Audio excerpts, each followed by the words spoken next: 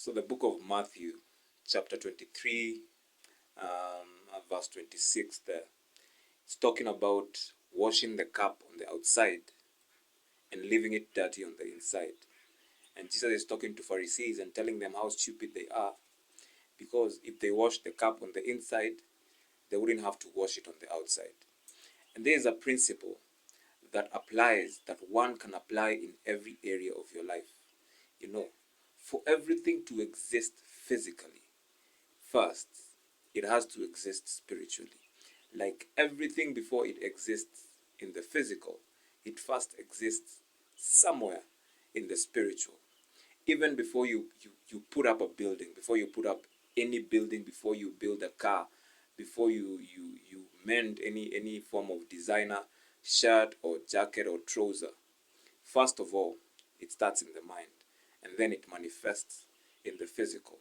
So anything that comes from the inside is always so much better than something you're trying to do from the outside inside. I don't know whether that's clear enough, but you'll get it as we move on. So simply what I'm saying is, like, if your actions do not come from a deeper motive in the inside of you, like they don't come from an inner drive to attain something better, then your actions will, there's a point you get and you cannot, the energy for moving forward ceases. You give up and you can't move on anymore because you lack your why. Why am I doing it? Like before you do something, anything, you have to ask yourself, why am I doing it? And your why has to be very genuine, because your why comes into play and it helps you a lot when things are not going the way you thought they would go. Because anything you set out to do, anything, trust me, there's gonna be challenges.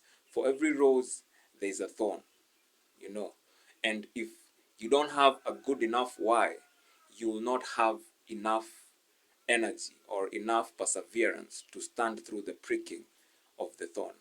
The thorn will prick you once and you're just gonna give up and say, okay, I don't want the rose anymore, it's okay.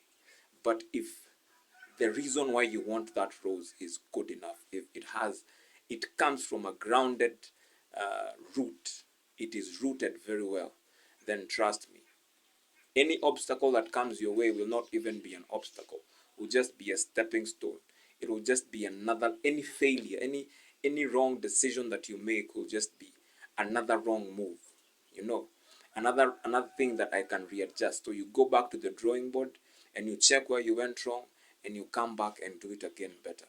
As opposed to when you don't have a why, or you're just doing it because you saw people doing it, or it is what people are doing now, It's because I see so many of us young people rushing to the thing, like, what's the new thing? Okay, now the new thing is posting videos on social media, You don't have a why, you're just posting videos for the sake of, that's where the money is, So what's the new thing? Forex, let's all go into Forex, let's do it, But you don't have a good enough why, So in case you invest in Forex and you invest in a wrong deal once, you're gonna give up, But somebody who has a why, somebody who has a good enough reason why they went there, they may invest millions and millions and millions and fail, but they still invest because they're not being driven by all those things that you see. They're driven by something deeper that comes from deep inside of them. And any purpose, any action, that comes from your purpose, that comes from a deep desire to achieve what you have always wanted to achieve, then trust me, no matter what happens along the way, you're still going to keep doing the same actions, because everything has an incubation period. You don't just plant a seed today and tomorrow you go harvest. You plant it, you give it time to develop and do all that and grow, and you water it and you manure it and all that, and then finally it grows. But if you don't have that why that is good enough, that thing that comes from the inside, then there's no way you're gonna do it. Even when people are trying to change things like bad habits, you're drinking, you're smoking, you're trying to do what we call in seminary behavior modification, You know, you're trying to show your wife that now you have changed. You're not cheating anymore. You're doing it for her. You're doing it to be seen. You know, you don't want to drink alcohol because of the shame you're causing your family, because of the outside forces, because you're losing money. Those are not good enough reasons for you to stop drinking or for you to stop using drugs. You know, if it comes from a deep knowledge that you're actually damaging yourself, you're wasting your potential, you're wasting your purpose, and there's something else, like the time you use engaging in those activities, if invested in your purpose, can have even more results and make you more fulfilled, then there is no way you're going to pursue them. You know, so anything that we do, let us make sure that we have a good enough why. And it comes from the inside. Even our children, the way we raise our children. If we raise our children based on don't do this because people will laugh at you, don't do this because of that, you know, and we have all these superficial reasons why they should not do things, you know, or why they should do other things. And they get to a place in their lives, especially these new generations, they're asking themselves this question: why should I do it? Like, me not appearing strange is not good enough for me. Like, me not having a job is not good enough. I need a good reason. I need something solid to put my foot on, so that when I say I don't do this, I have a good enough why. I don't drink. Why? Because of this and this and that. Because it damn it. Like, the reason, the purpose you have for you not doing things or for you doing things is strong enough, is grounded, is not just superficial. And when you do that on the outside, then your actions by default, they just follow what is inside of you, you know. And how do you plant these seeds inside of you? How do you plant these seeds inside your spirit? Because for something to exist, for you to know that you can achieve that purpose, you know, for you to have that seed sown deep inside of you, you know, it has to have come from somewhere, and it comes by hearing, you know. So whatever you hear, it's up to you to sieve it out, because you can choose what to hear. Like I said, there's always the bitter and the sweet. You know, if you choose to always listen to the bitter, then trust me, it's going to cripple you at some point.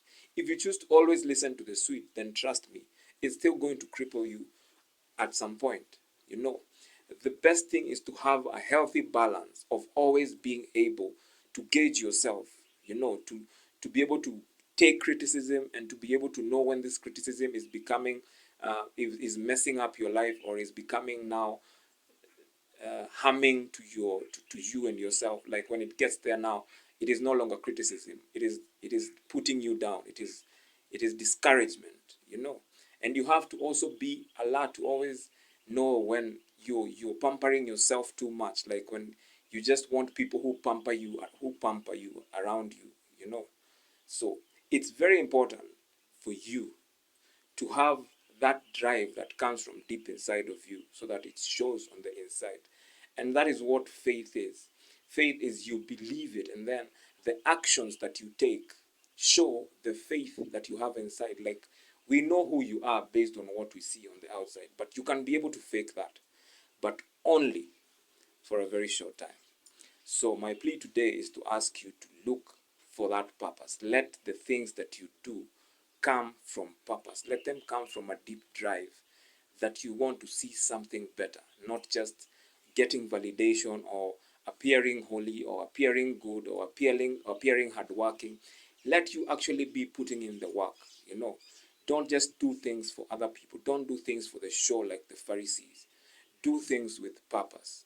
Whether people understand it or not, you just keep doing things for that purpose, because at the end of it all, you're the one who's going to reap. You're the one who's going to reap.